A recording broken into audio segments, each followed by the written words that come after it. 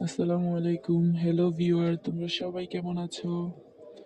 ঘুম থেকে উঠেই আপু একটা ভিডিও পাঠালো, ওইটা দেখে মাথায় আইডিয়া আসলো যে আমিও যদি ভিডিওটাকে কপি করি তাহলে কেমন হয়। আর্ট করতে আমার বরাবরই খুবই ভালো লাগে, তাই সকালবেলা ঘুম থেকে উঠে বসে গেলাম আর্ট করতে। আর্ট করতে এসে দেখি আমার তো কোনো ক্যানভাস নেই। এখন আমি কি করব? আমি তো অনেক আগে থেকে আর্ট করি না। আগে আর্ট করতাম, বাট অনেকদিন হয়েছে আর্ট করছি না।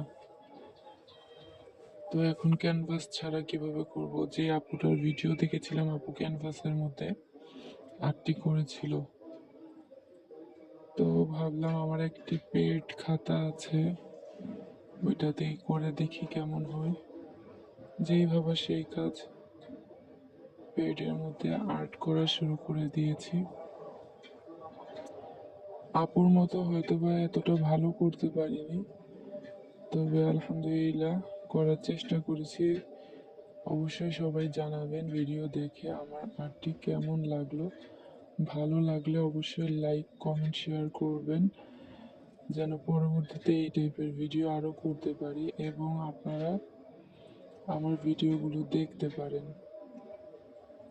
আর আপনারা যদি লাইক করে কমেন্ট করে আমাকে জানান, তাহলে পরবর্তীতে আমি এরকমভাবে নতুন নতুন ভিডিও করার উৎসাহ পাবো।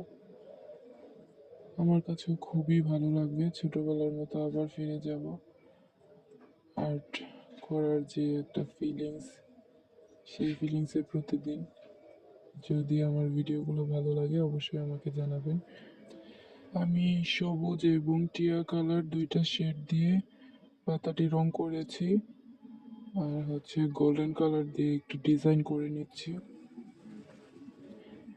এখন সাইডটা একটু খালি মনে হচ্ছে, ভাবছি কিছু একটা করি সাইডে।